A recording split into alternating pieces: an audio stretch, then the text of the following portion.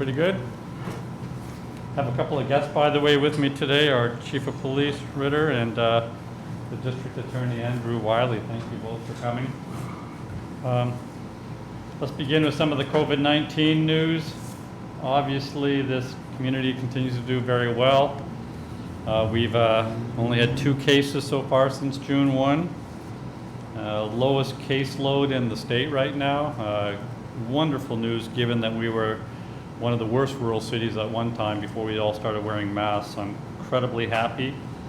Governor's so happy that he's no longer going to do his daily briefings as beyond tomorrow, instead as demand warrants. A little bit of COVID-19 openings news. As you know, low impact sports were already opened as of, I think, effective June 26th, if I recall. But medium impact sports, which now includes soccer, youth soccer, is going to be open as of July 6th.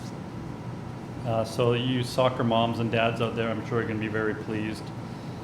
And there's a whole set of protocols that we all need to follow that you can find on the Forward New York website. Governor also adopted tomorrow for Juneteenth Day the state of Plattsburgh, or state of New York's state employees, and the offices in the city will be closed for that as well. We have such good results here that I've sought permission to have a socially distanced drive-in celebration for July 4th. This will be put together as a community effort, no cost to the taxpayers. We'll do it, it's going to be called Curbside at Harborside. So we have plenty of parking down there. The lot handles about 400 cars, although we will have to space cars out. And the various grassy areas probably handle another couple hundred cars. So we're talking with people to put on fireworks, etc. So as soon as we get the go-ahead, we will be putting that in order. You can expect fireworks and some live music on that day, just as we traditionally would. We may be able to have some outdoor vendors, food trucks will be invited, but obviously it won't be quite the full scope and feel of our old normal fireworks displays, but hopefully it's something that will allow people to get out and just enjoy themselves a little bit. I think we're all getting pretty cooped up in this nice weather, and I think people will be very grateful to have this opportunity. I will be installing the stage down at Curbside at Harborside, and we believe we can have a number of really high quality events put down there throughout the summer with social distancing and spacing, kind of like the drive-in graduations that you see. So be watching for those all summer long. See what other routine items. We can talk a little bit about the budget if you like. As you know, last week I released my budget, and it now goes to the council. The Finance Committee begins their deliberations tonight, followed by each one of our 3 standing committees over the next few weeks. I'm sure they're going to make their recommendations and modifications, and then probably approve something right away. And I know that there's critics out there that ask, why do a budget early? I've never heard that term before. Why do a budget early? Usually is, well, why are you taking so long to do this? Or why are you getting it done just in time? Why couldn't you have done it earlier? But now the new criticism is, why do it earlier? Well, why do it earlier? Because about every 4 or 5 months right now, we're bleeding through an extra $1 million of cash we don't have. So if we can do something early and get an earlier start on it, taking the assumptions that the council gave to me, I think that's what the taxpayers need. And I took all the recommendations of my various department heads on their austerity budgets. They put together an excellent budget based on the recommendations of the Finance Committee. And if we can try to reduce the cash hemorrhaging a little bit earlier and still retain 95, 96% of our workforce immediately, then why the heck wouldn't we do it early? So that's what we're doing. But you know, this is a hyper-divided, divisive world right now, so I'm sure that is going to meet with some criticism. And I'll invite the finance chair to speak on that issue in just a few moments if he likes as well. Governor is also issuing guidance to colleges and universities to allow for some residential face-to-face programming in the fall. Each campus obviously has to develop its own protocol, and SUNY's working on that. The governor reserves the final determination still to look for a little bit more data, but he's asking all the campuses to prepare for that possibility. So I'm sure that the campuses are working very hard to put together an appropriate protocol should that definitive determination arrive soon. But what I think we're most excited about today is you've heard me discuss the tragedy that we've been seeing elsewhere with regard to violence, especially towards African American males, but towards a lot of disadvantaged populations as well in the past. And obviously this has to stop, and we hope and pray that this never comes to our city. And we've been talking for some time in the city of Plattsburgh about assembling a community policing approach. And already there's a lot of good work being done by the DA's office and the court system and the police on diversion programs, so we don't send so many people into the prison system. So a lot of good work has already been done. We put a lot of people in place to really understand this approach, but now's the time to complete that. And this is something where I and the governor fully agree that we're assembling a group of really distinguished people from the population, right across the spectrum of experience, of age, of ethnicity, of education, professional capacities, for a public safety citizens review panel. We're going to move very swiftly into 21st century community policing in Plattsburgh. This board will have an ongoing role to advise the Common Council on accountability issues and investigation oversight, not investigation themselves, but oversight, but also to make recommendations within 3 months on the following categories: the use of force by police officers and de-escalation training and practices, which, as you know, we've already put much of that in place very, very recently. Crowd management, community policing, implicit bias awareness training, restorative justice practices, community-based outreach, transparent citizen complaint disposition procedures, and, as I said, diversion courts and youth courts and drug courts, expand those missions as well. I certainly our citizens really deserve and expect to not only be protected, and I am proud of the job that our various first responders do in protecting us, but everybody has to also feel protected and feel safe.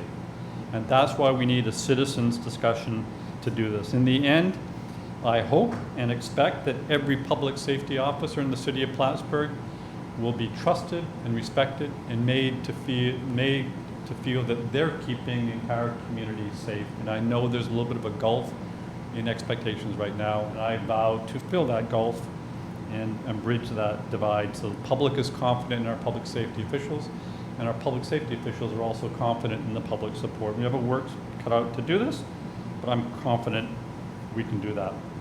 And having said that, I can answer questions in a couple of minutes, but would my police chief or our district attorney have anything you would like to say or offer? You're welcome to come up here. Go ahead.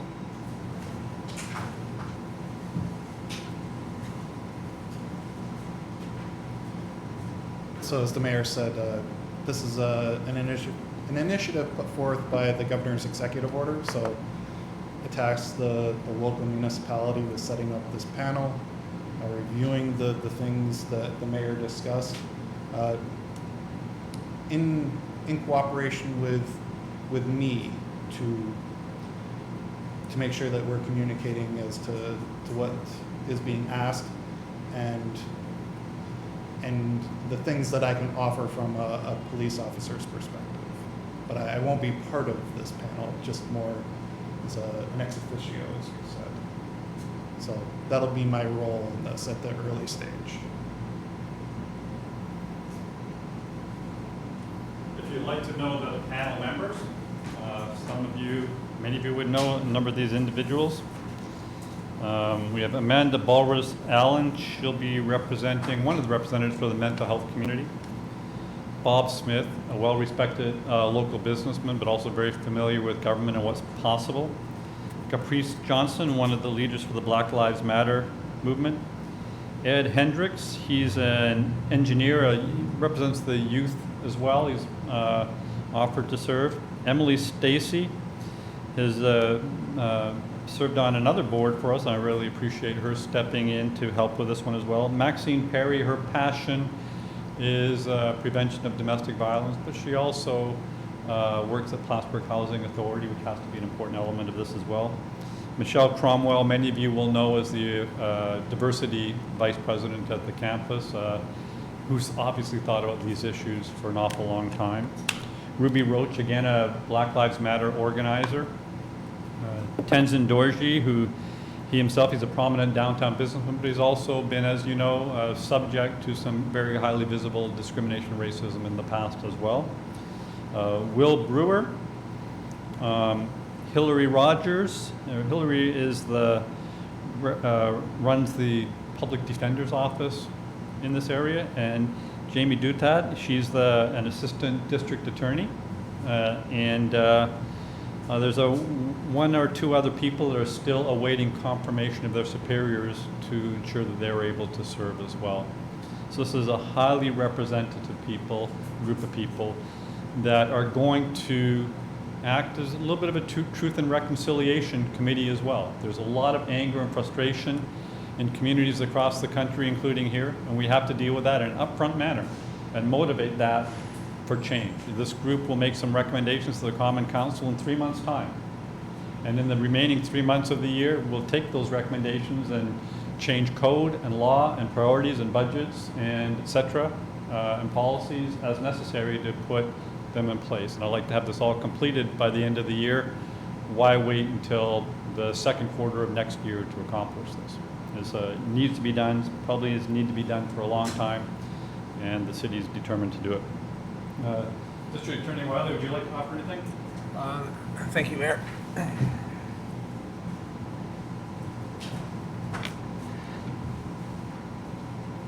Good afternoon.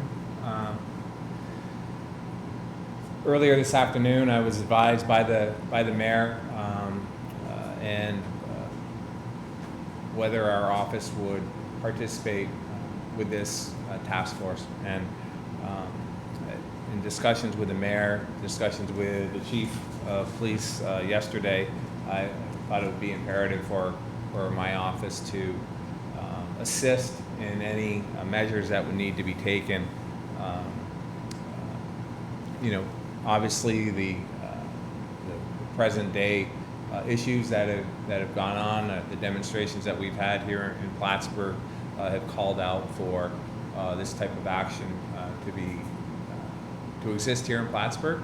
And I think with the mayor's initiative, I have appointed Assistant District Attorney Jamie Douthit, who has approximately 13 years, or I think it's about 13 years of being an Assistant District Attorney, and the last 2 years being the Chief ADA in the office. She's a resident here in the city, and I think she will be a huge asset to the committee in being able to provide at least the prosecutorial viewpoint in what things that we can do as far as training and assisting to ensure that at least as best we can, that events that occurred obviously not only in Minneapolis but throughout the country and even here in Plattsburgh, that those events don't occur again. So I think it'll be a very positive participation on our part, and I look forward to being involved. So, thank you.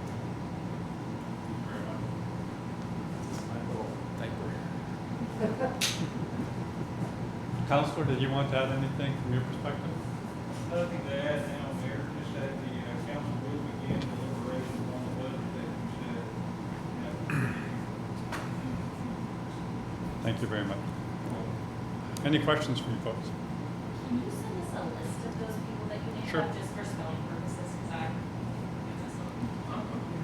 Would you go and ask Beth if she'd be willing to copy those? Would that? Oh, we'll just yeah, video with- that was so perfect. There you go.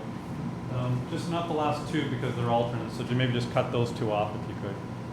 Yep, thanks. Mayor, when you have this task force moving forward to look at things, are they going to look at past incidents? I mean, we had the video that came out They will. recently and stuff. And, you know, especially with past incidents, I mean, things that happened before you were mayor and things like that. How Absolutely. much can they do about past incidents versus, you know, making plans for future progress? Well, obviously, to go and look at past incidences, we don't have the same sort of ability to prevent things from occurring because they've already occurred. But still, we should investigate and try to understand what occurred, even if windows of opportunity to level charges within the collective bargaining agreement may have expired. Just because it has expired doesn't mean we don't want to understand what happened, and it's part of kind of the truth and reconciliation process. So we will have those past incidences investigated, and the reports would be issued to a group like this, and then they would make recommendations. This isn't a group that's designed to punish. This is a group that's designed to reflect and improve our practices so things don't happen in the future. We're trying to be prescriptive about the future. So, of course, anything that has occurred that the public has a need to understand more fully needs to be investigated. It needs to be investigated by people who know how to investigate. It's not me. People are asking me, well, what do I think? I'm not an investigator. I think we need to have a professional investigators looking at this stuff and making reports with in mind to ensure that this doesn't happen again. And wherever else that might carry them. But that, my main goal is in trying to create a better world in the future, not to go after a bunch of incidences in the past. Last week, yeah, it was last week you announced the new policing policies and stuff. How does the task force intersect with that? Well, one of the things that the governor and other governors elsewhere has been asking for are new policies of use and force and de-escalation training. Well, we already done that. So I guess the list of the things that the governor would like to see done, we can already check a couple off the box, but still this group should look and reflect. And I think when they do reflect, I think they're going to find that the work that Chief Ritter did, I think he produced an absolute state-of-the-art use of force doctrine that is best in state. I haven't looked at another one that is better than the one that City of Plattsburgh has right now. So I'm confident that this panel may want to look at that and say, you've got it all covered. You've got all the 8 can't wait elements in there. You've got the procedures to make sure this is highly discouraged or can't occur again. You've got the intervention. You've got the duty to use appropriate proportional force, everything. So, but they ought to look at that again to make sure that we really haven't missed anything. And same with the de-escalation training. I really believe at the end of this, our police force and our training academy can not only train the future generation of police officers and public safety officers for about a 7-county region. I think we've had people down from as far as Washington County enroll in your training system. But we also hope to do ongoing training for other police forces as well, not just cadets, but active training a couple of times every year on a rotating basis to make sure that always our police are very well trained and up to snuff on de-escalation. And then finally, I do hope to work with the county. County is primarily the entity we look to for mental health. And I look to the county as a shared services kind of opportunity to create a team of first responders. They're never going to get to a site as quickly as our officers will. Our officers are going to get to any corner in the city pretty much within 2 minutes. But if we can, a few minutes after that, have another set of first responders who are mental health experts come and assist our specially trained officers in further de-escalation and mental health episodes, that'd be wonderful. Or maybe even our firefighters as well. You know, if somebody is bleeding and they call 911, our first responders are our firefighters that get there right away and know how to triage. But if somebody's having a mental health episode, that's still a health episode. And sometimes we don't know as a society just how to deal with that in the same way as we do when we see blood pouring out of somebody's body. So we need to understand how to intervene and help with those sorts of episodes. And I believe our firefighters may be another avenue to do that as well. And in a pretty disarming way, because everybody trusts our firefighters. You know, our firefighters are our heroes. I think they can play an important role in this as well. So, Mayor, we've seen many calls to defund police. Has the city looked at reallocating funds into programs like mental health workers and other things? You know, as we know, as part of the budget process, the council reallocates between various departments every year. Every year, some of that occurs. Some departments decline a little bit, some increase. And they're going to be doing that again this year, surely.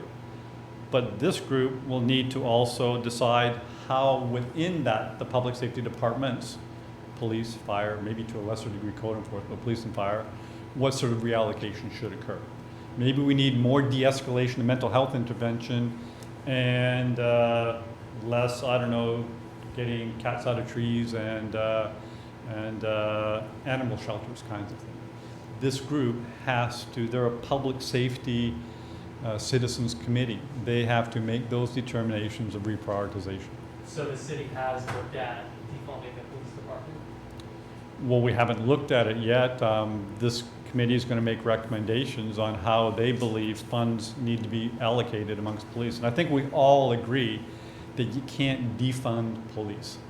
I'm very grateful if an alarm goes off or if somebody's burglarizing my house, that there's police to arrive quickly. Not from somewhere in the town or not from somewhere in some sort of platoon somewhere else, but right here in the city of Plattsburgh. We have, as you've heard me say before, 600 times the average population density of the rest of the county. We need to have very quick first responders. You heard me use the example of firefighters before.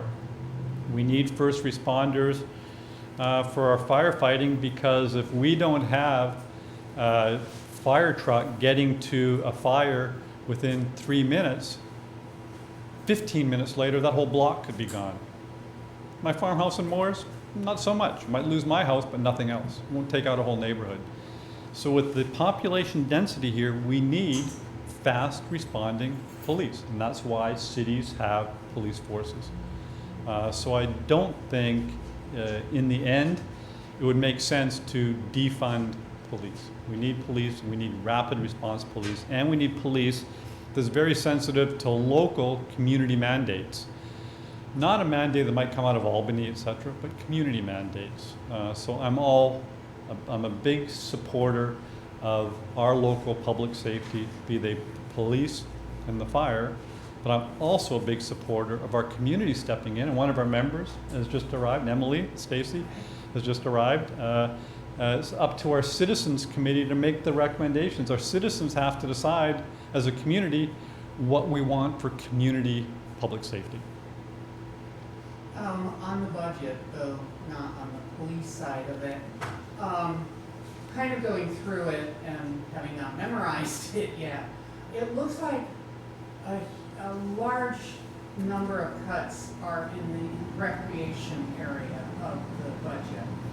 Why so many cuts in the recreation area of the budget? Because as we stated at the beginning of this exercise, and as we do with every 5 to 10 year plan, on June 1, the Common Council issues me the set of assumptions I use for producing my budget. They're clearly in austerity mode. Every department produced an austerity budget. You probably, and I did actually expand some areas of recreation. Currently, the beach is closed. Actually, the beach would be closed currently anyway because it's not June 21st yet. But there's no Canadians now until the end of July at the earliest, as we know, and Canadians are 60% of the beach users. So the council hasn't decided yet what to do with the beach. And when they decide what to do with the beach, that's when it'll be treated in the budget. Other areas, as you know, they opened up Wilcox Dock. That's in the budget. They came up with a public-private partnership for the city marina. That's in the budget. They've yet to decide what to do with the gym and the crate center, and that's why it's not in the budget yet. But once they do decide, is going to be reflected in the budget, except for the various costs of keeping those buildings in existence. So they're ready to go at any time when the Common Council decides. And this may be a minor thing, but I noticed in one part of it that it says the county tax levy not available. How much of a difference would that make in that part of None the to budget? ours. Doesn't affect our budget in any sort of way. But when we go and send out the bills, we're also sending it out on behalf of the county. As you know, the budget I prepared is a number of percent lower in percentage than the budget I prepared this time last year, 5.5%, I believe, this time last year, and about 1% lower than where we ended up with after the end of the budget process last year, to take into account that the levy went up a little bit. So we wanted to make sure that when everything is settled, people aren't paying more next year in this day and time. We wanted to make sure that it was neutral on behalf of our taxpayers. So that's what our goal is, and that's where we got to. I hope, as a city taxpayer, that the county and the school district are every bit as responsible in making sure that the overall levy also does not go up. And you touched on it when you first started talking about the budget 20 minutes ago.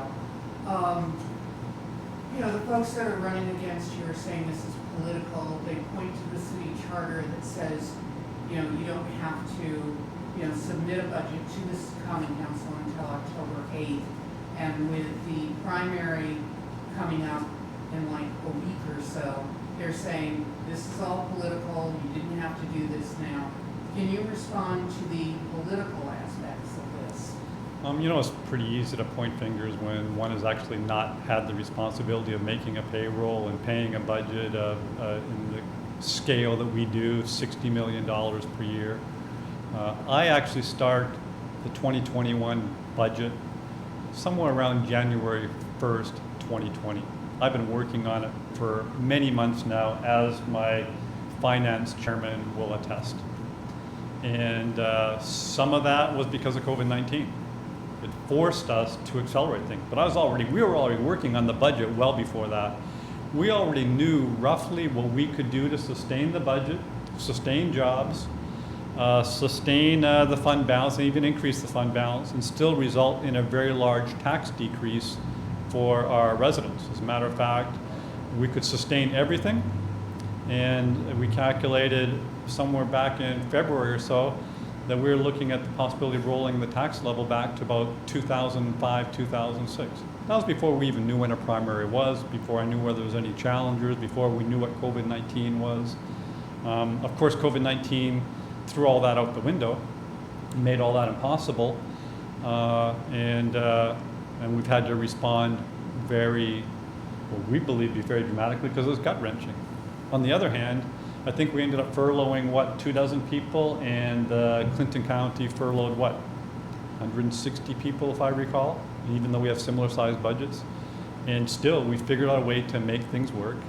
So, you know, I don't buy I guess the word politics is easy to throw around, especially if you don't really have a responsibility for producing a budget, but I don't buy it. I've been working on this for 6 months now. I was the one that moved up the timeline to producing my budget to early July. Previous mayors, even though it was required by August 7th, or October 7th, pardon me, they'd often miss it. And then the Common Council, and previous Common Councils wouldn't get around to doing one until well into the fiscal year has already started. That's just not the way I operate. If there's hard work to do, I'd rather do it early rather than late, and I did. So if you're asking why I accelerated things, I think I accelerated them, 2 or 3 weeks? But really the necessity was COVID-19 occurred. We need some predictability. We need to start moving on things. When we're bleeding couple $100,000 of cash every single month, a couple $100,000 is the equivalent of 5 or 6 layoffs. Do really my opponents want me to wait a month, lay off 6 more people, then wait another month, lay off 6 more people? Maybe they can tell me how many months they'd like me to wait and how many more people they'd like me to lay off, because that we're bleeding and hemorrhaging cash. So I guess it's easy to sit back and say, you know, come on, delay, politics. But really, is that fair? You tell me. This is the first time I've ever Can you heard. go up to the mic? Oh, I can't. Sorry, Mike.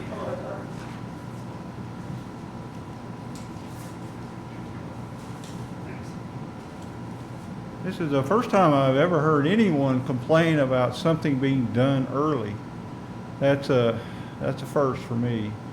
And I just would add that we started having weekly finance meetings when we realized we were going to have a huge budget shortfall this year as a result of the COVID-19 crisis.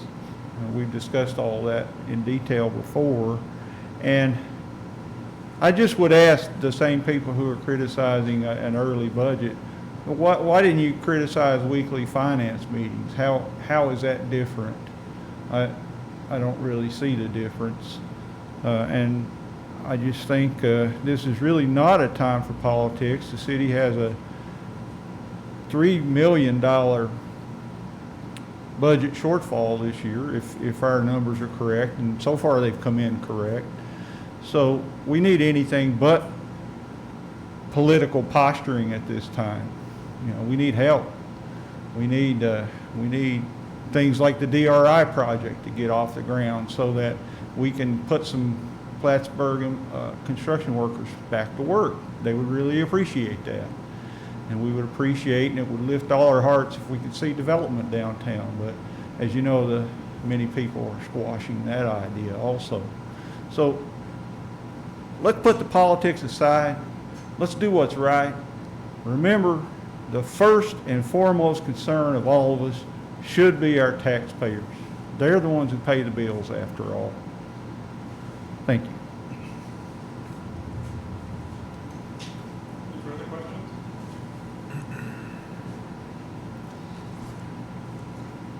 If not, I do have a list of the members so far, and like I say, there might be one or two changes still. But, this is an amazing list of people. I asked you to not publicize their emails and phone numbers, obviously. They do have the right to have some personal privacy. Now, is there going to be a chair, and do we know who that is yet?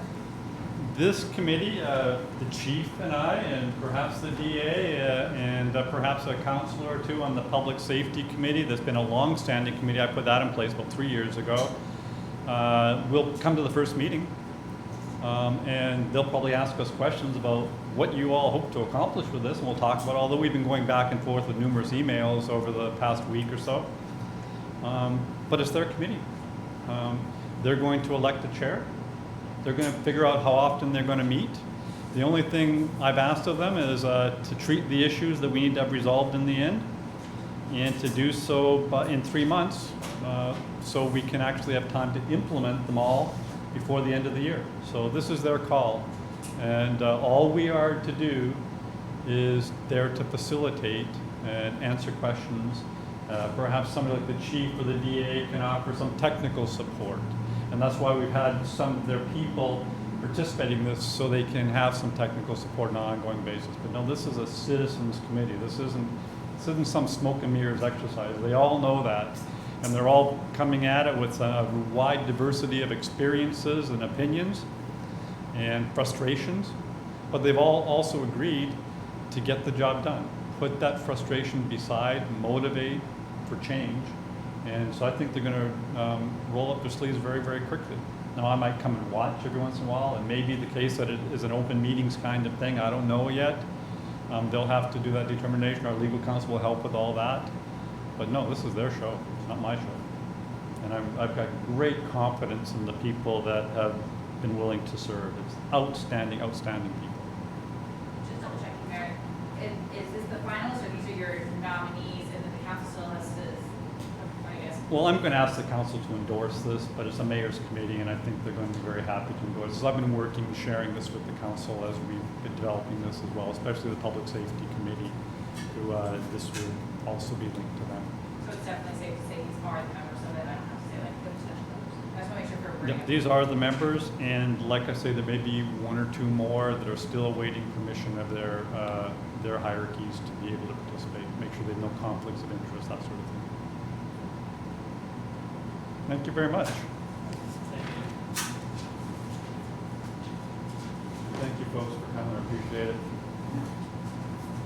The chief has been incredibly helpful through this entire exercise. He really, really